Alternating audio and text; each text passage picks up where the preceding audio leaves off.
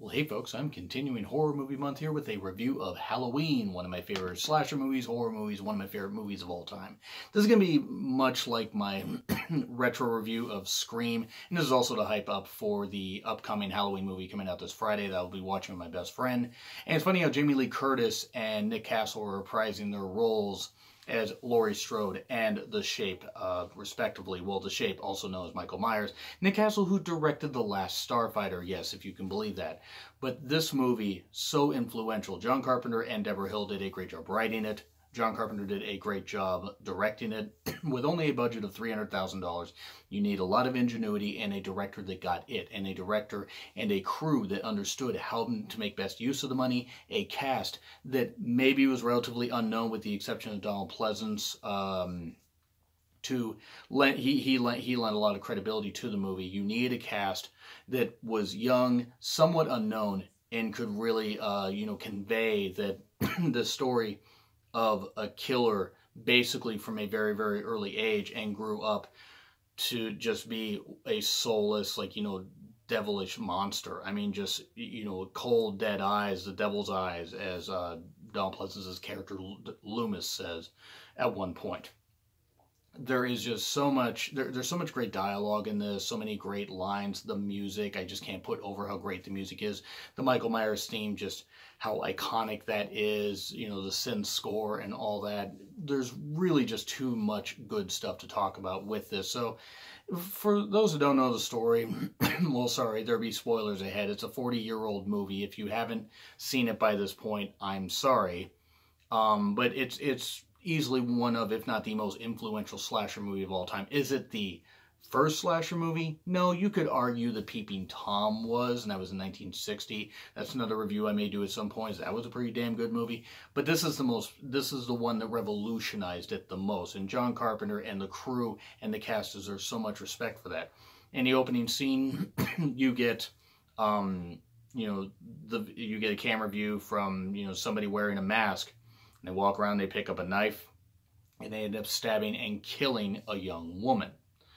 And a bit later, the cops find the person, take off the mask, and it's revealed to be a little boy holding the knife. This boy is institutionalized. As he grows up, Donald Pleasence, who plays Loomis, is trying to break through to him, and finds out that he can't. You find out later in the movie that he is unable to do that. Years later, because it's the town of Haddonfield, as told in the new one also. I mean, Haddonfield's a pretty, it sounds like a goofy name, but in horror movie lore, it really does have a lot of, it has a lot of meaning and an eerie meaning about Camp Crystal Lake, or Salem, Massachusetts, for those of you into witches. But there are certain names that stick with you, and Haddonfield is one that does. And, so years and years later, after this murder happens, we cut to, where Jamie Lee Curtis is talking to her friends and stuff like that. And, you get some good scenes with her and her friends just talking about boys and talking about the things that young girls talked about in the 70s. Hopefully not disco, but throughout all this and spliced in with this, you get The Shape that has, Michael Myers, who has escaped from this institution and finds his way back to Haddonfield to do some more killing, because he's a cold, uncaring monster. I mean, you find out generally who he's targeting pretty quickly and why, and it makes total sense. And there's more to the story, and obviously, and everything. And I'm not going to reveal every single thing, as I want you guys to actually watch this. If you have not seen it. But throughout all this, you got with Michael Myers, getting a car and everything, and driving to Haddonfield, and searching for his victims and a particular person that he wants to find. I wonder if you can figure out who it is. And all the while, he's being pursued by Donald Pleasence, Loomis. Donald Pleasence, by the way, absolutely fucking wonderful in this. I cannot put over just how great he is. Some of you Mystery Science Theater 3000 fans may know him from Puma Man, or Puma Man, as he said. And it's actually funny that he did that movie 2 years after this. He did reprise his role as Loomis in the Halloween 2, And one of the later Halloween movies, I want to say it was 4 or 5. It was right before his death because he died in 95, I believe. But Donald Pleasence lent so much credibility to this. And this movie helped launch Jamie Lee Curtis's career. She got a lot of mileage out of something like this and is now one of the most well-known actresses, you know, for a number of years, and has been able to do a whole lot of really, really good projects. And the nice thing about this movie is just the way it sets up all the stuff. Like, you have her friends and, you know, Jamie talking and stuff like that. And you have this car driving by and everything, driving kind of, you know, fast. And they say, they say something that gets the car to stop. And just the way the car stops and the music and just the way the scene's set up, they're like, huh, that was a little bit weird. It was just a joke. And then the guy drives off. And as things go on, there are people dying, of course. It takes place on Halloween night, as you would expect, since it's titled Halloween. There are some creative kills. Jamie Lee Curtis, who plays Laurie Strode, it takes a babysitting job. There are, of course, people that get killed. There are inventive ways that people get killed. Particularly this one point where there's this couple that, because, you know, you have sex in a movie, in a horror movie, you end up dying. This nerdy guy ends up getting dispatched, and that was pretty cool how they did all that. Michael Myers puts on a bed sheet with the glasses. It's like he's doing some kind of role play thing and ends up killing the girl. There's, you know, the bodies start to pile up and all that. There's so much good stuff in this movie that it's really hard to encapsulate just how great it is. I mean, then there's, you know, Donald Pleasence's, you know, his talks with, like, the sheriff and everything, trying to convince that, hey, you know, you need to get everybody you can, every police officer you have, every cop you have on this. This guy is a killer. I have tried to get through to him, and I simply cannot get through to him. I saw his eyes, you know, the blackest eyes, the devil's eyes.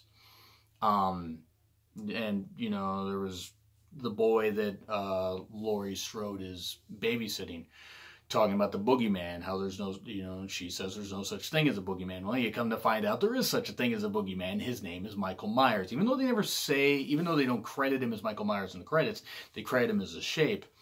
That is the name. And it turns out, of course, there's the big relation between Laurie and Michael Myers. And that plays out through a lot of the sequels and everything, even though the new one's going to ignore everything but this particular movie that I'm talking about. But just so many iconic scenes and just great moments. And the music cues. There was this one point that would have been ruined by a jump scare music cue. Donald Pleasence is standing outside. And he's standing like here, like facing that direction. And you got the cop that comes behind him, puts his hand on his shoulder. And Donald Pleasence turned around all scared. And then, you know, is really when he sees him. But if you would put a music jump scare, you know, a jump scare cue in there, it would have ruined the scene. It didn't ruin the scene. It actually added more eeriness to it. And it was like, oh shit, who the hell is it?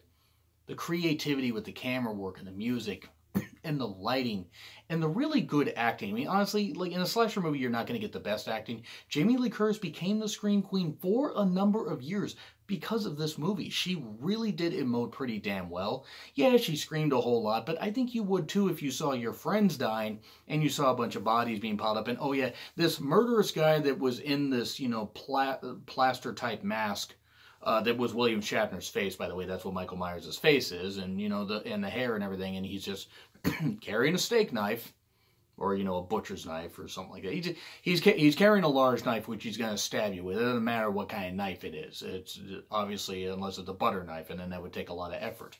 But everybody, while he's evil and everything, he's also human, and even though it doesn't seem like he could be taken down, it also.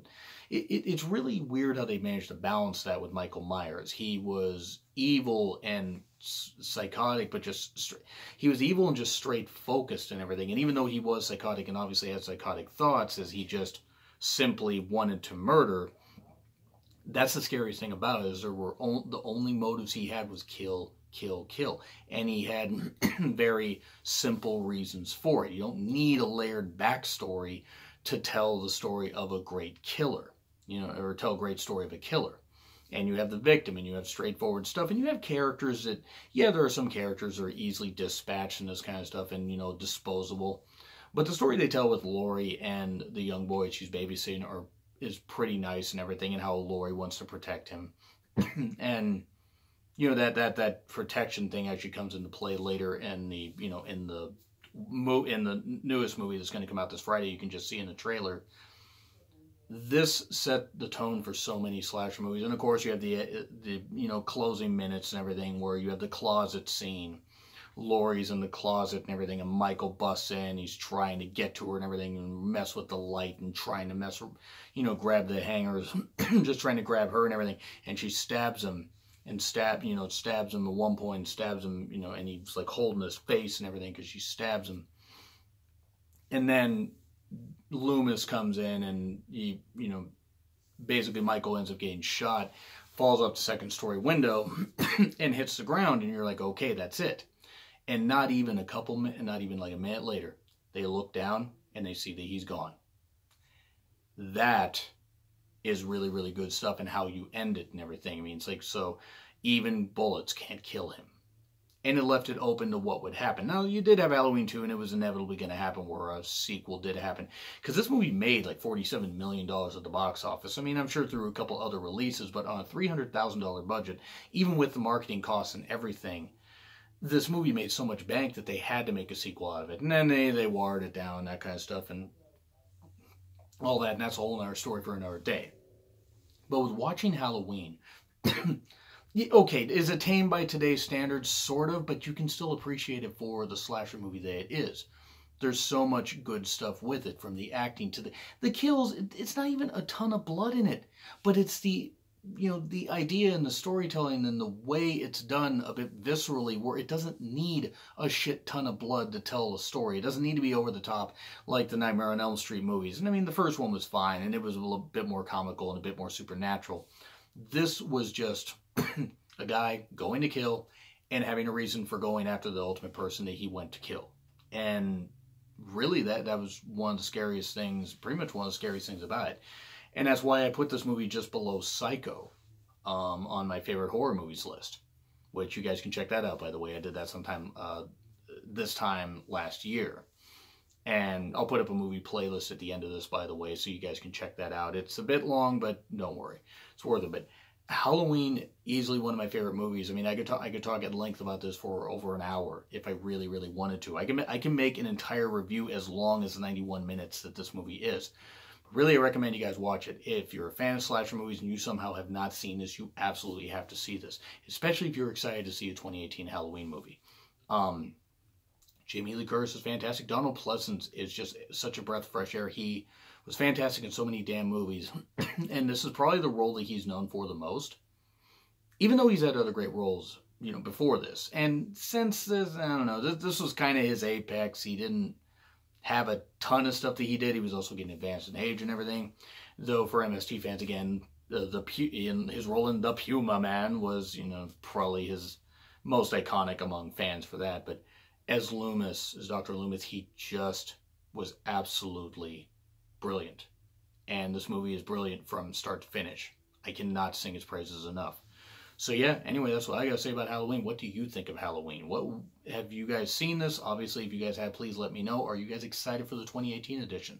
Let me know in the comments. Like, share, subscribe also. It's been Real Honesty with Jarmuth Lynn, and I will see you soon.